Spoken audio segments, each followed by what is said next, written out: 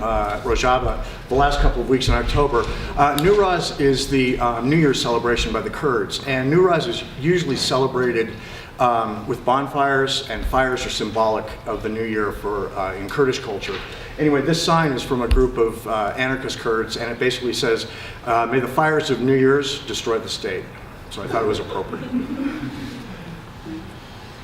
Go ahead. So I got lucky. I'm not much of a photographer. All the slides you're going to be seeing are the ones that I took. Rojava is a very photogenic place in a lot of ways, and so I need to give credit where credit's due, which is to Rojava. Believe me, it's not my skill as a photographer at all. As an example, this picture, I was taking it hanging out of a YPG truck, and got back to the hotel, downloaded it, and looked at it. It's like, where'd that girl come from, right? I mean, I had no idea she was even there, so it's a pretty amazing place and pretty visual. So to get started, this story begins, and I hope you don't mind, I usually don't sit, but I just got back from Canada. I did 7 presentations there, so I'm kind of fried, like frazzled, so I apologize. But the story begins in September of 2014, when in the North American anarchist community, we started hearing a lot of interesting stuff from northern Syria. We started hearing that there was a group of, an effective group of militia people who were fighting Daesh, and that they were fighting around a city called Kobani, and that it appeared as if these folks had been reading some pretty interesting stuff, including Bookchin, Wallerstein, Foucault, Proudhon, Paille Margal.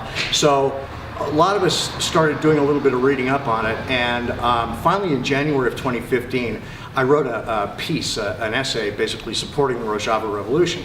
That planted a seed in my mind, a splinter, and I got thinking about it. Finally in May, I was in my office in Pennsylvania, and I thought to myself, if this was August 1936, and I had a chance to see the Spanish Revolution, would I have gone? And the answer is real easy. Hell yeah, right?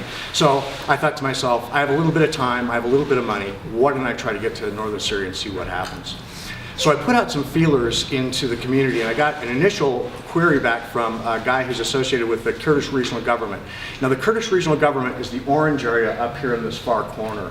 That's the area in northern Iraq that the Kurds have been ceded by the Iraqi government. They administer it, but they're not really a government per se right now.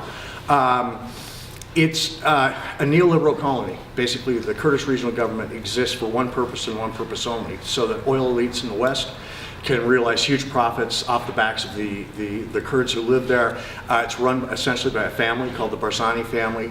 And to illustrate how wealthy they have become as a result of this concession that they've given for oil, Masoud Barzani, who is the president of the Kurdish Regional Government, recently, well, in the past 7 or 8 months, made a loan to a Swiss bank to keep it afloat. So to make a loan to a Swiss bank that's pretty impressive. So I finally got in contact, and I'm sure some of you know this website, with Lions of Rojava, and I said, look, I'm way too old to fight, but I'd like to go over and take a look and write about it. And they said, that strikes us as a good idea. So initially they flew me to Istanbul, and in Istanbul I waited for about a week. I finally heard back from them, and they said, we may be able to get you across the border in Iraq, but you're going to have to go and present yourself as a journalist. And I said, well, that's all right, I can pretend anything. So. But I needed a press card to be able to get across the border. So I called up my compañera in Berkeley, and I said, sweetheart, can you please make me a press pass, because she's much better with the computer than I am. She said, sure, no problem. So she sent it out to Istanbul. I went to Arbil, and from Arbil, I arranged for a taxi ride to the Feyshahbur border. I've lived in New York for 15 years, and I've had some pretty creepy taxi rides, but this taxi ride took me about 20 miles outside of Mosul, which is controlled by ISIS. So that definitely counted as easily the creepiest taxi ride that I've ever had in my life. It was also hard to get. I could not convince a taxi driver to take me to this border crossing. So I finally talked to the concierge at the hotel, and I said, look, I really want to go to Feyshahbur. And the minute I said it, he knew where I was headed. And he said, I can get you there, but the deal is, if I get you there, you've got to come back here. I said, why? And he said, because we don't know what's going on in Rojava. Our government lies to us, and we want to know. I said, no problem, I'll come back. So, and also when he said, when you come back, it kind of sounded to me like if you come back, so it's kind of a challenge too, So I thought, I'll go, see what happens. So next morning, 8 a.m., taxi driver shows up, drives me straight to the border. Show him my press pass. Now, for those of you, I co-edit a magazine called Modern Slavery, and it has a print run of about 3,000, and we print maybe 1 or 2 issues a year, so it's not a huge magazine. So I present my press pass and my passport to the woman who's at the border, and she looks at it and she says, "Oh, Modern Slavery, we know that magazine." And I thought, oh, you know, the one reader in the Eurasian continent happens to be the woman getting me through to Rojava. Perfect. So she lets me through, and that's basically where the kind of the story begins. I wanted to walk you through some of the geography real quick because we don't really get a chance to kind of see and put in our minds kind of what's happening in Rojava. So there are 3 cantons in Rojava, and the cantons, the name comes from the Swiss, the old Helvetican Confederation, and Bookchin was real interested in these cantons for a lot of different reasons. But there are 3 cantons in Rojava. The first one is Jazeera Canton. Kamishlo is the capital. Right next to Kamishlo, about 20 kilometers out, is Amuda, which is kind of a suburb. And it's important too. It's got a lot of the cantonal authorities for Jazeera in it. The next canton is Kobani Canton, and its capital is Kobani. And then there's Afrin Canton, and its capital is Afrin. There is a corridor of ISIS control. This map does not show, which goes up through Azaz and then touches on the Turkish border. It's through that corridor of ISIS control that oil is being shipped into Turkey, which is subsequently being sold to Western oil companies. British Petroleum and Shell are the most obvious examples, but of course American suppliers are purchasing it too. So that kind of gives you a feel for kind of Rojava and also the arrangement of the place. Now I'm going to cross into Rojava, right up here, kind of the squiggly little line between the Kurdish regional government, the orange and the yellow, which is the Tigris River. Let's do that. So this is the border crossing. This is the Tigris, and this is looking back towards the the Iraqi border crossing. Typical border crossing for this for this place in the world. Pretty elaborate. 2 restaurants, huge parking lot, multiple buildings. And so relatively developed. One of the things that I really enjoyed was the revolutionary iconography, the look of the revolution. So I will draw your attention to the flag. That's the flag of the Kurdish regional government, okay? So, but it has the Kurdish colors are generally gold, red, and green. So that's looking back. Now looking across the river at the anarchist side, you have this, which is a tent and some card tables. So we can go closer. Next one. So this is a little bit closer. This was a large group of folks here. They were bringing a body across. They were going to bury someone. I don't think they were killed in the violence. I think it was old age, but there was a number of mourners there from the family. And then you'll see up underneath the tent up there a couple of figures in green.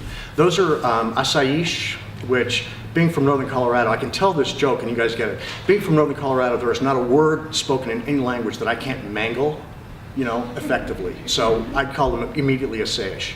And everybody just kind of said, okay, you know, an American, you know, travesty.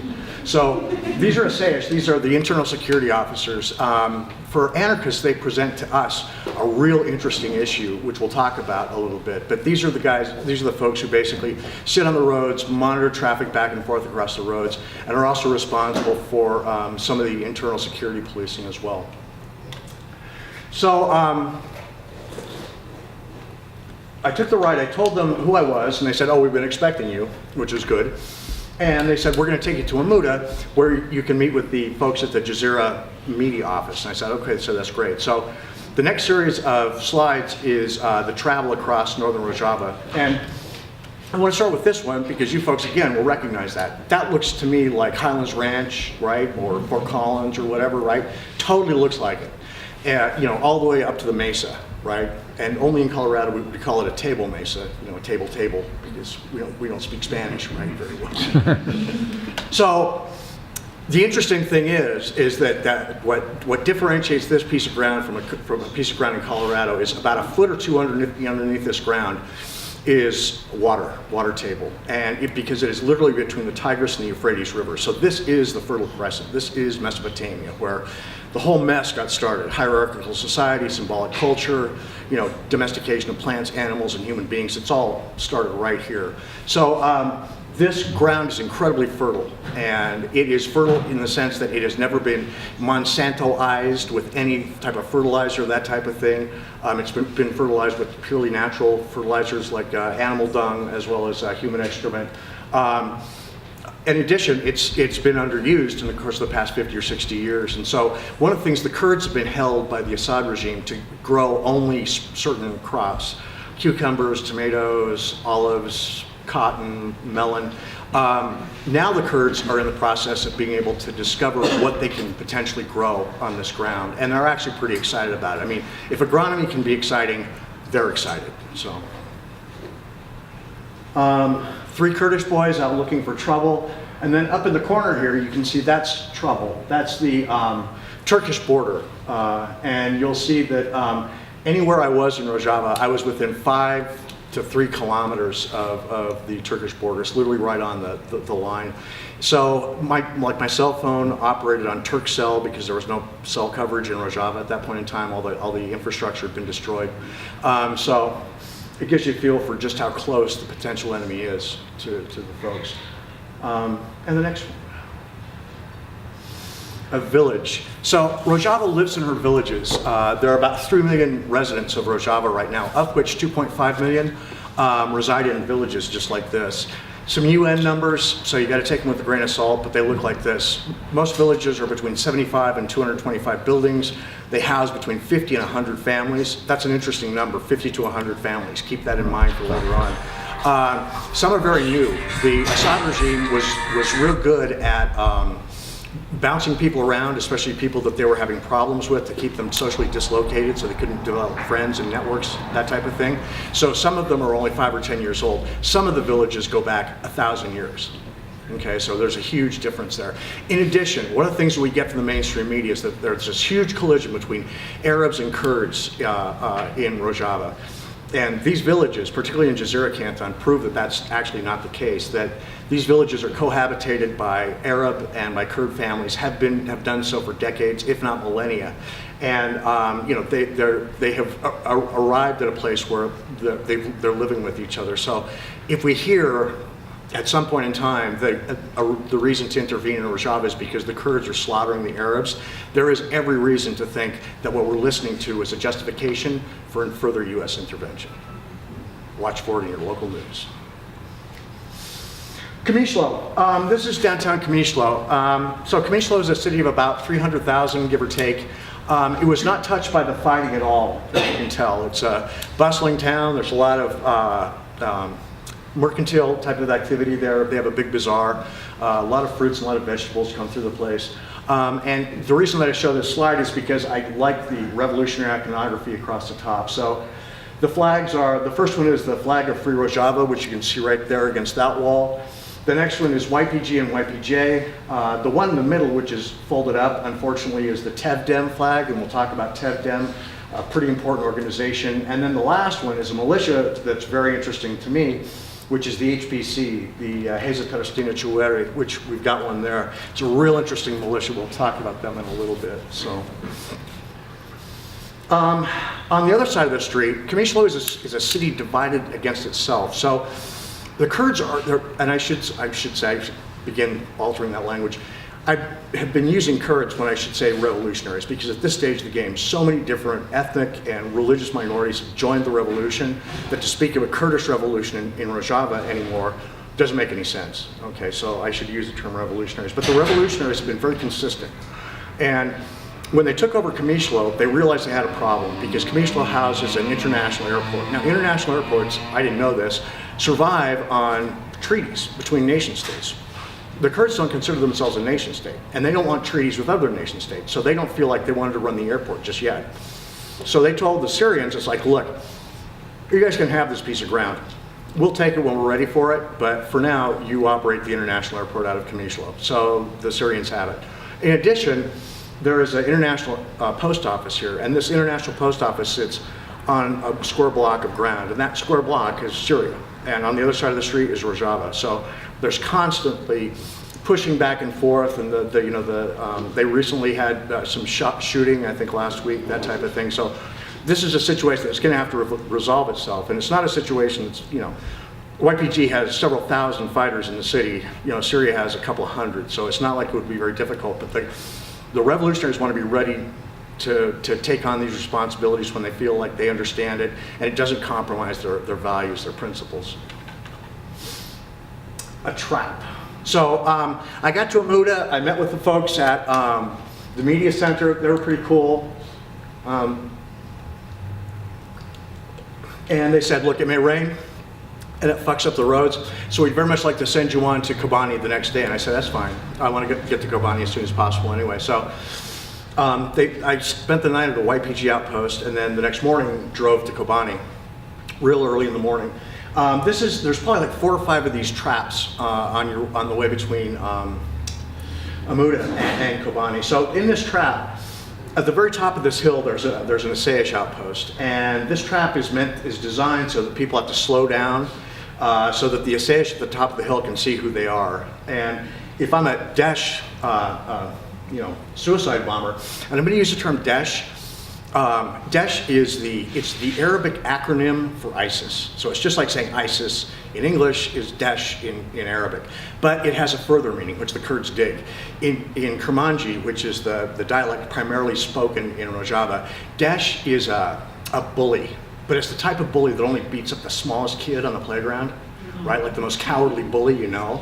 Right, so they love using it, and it really pisses Daesh off because they get it, they get the joke. Right? So they use it all the time, you know. So if I'm a Daesh suicide driver, I'm going to drive up this thing like a bat out of hell and try to blow up the Asayish at the top of the hill. When I kill them, I'm going to take over that checkpoint.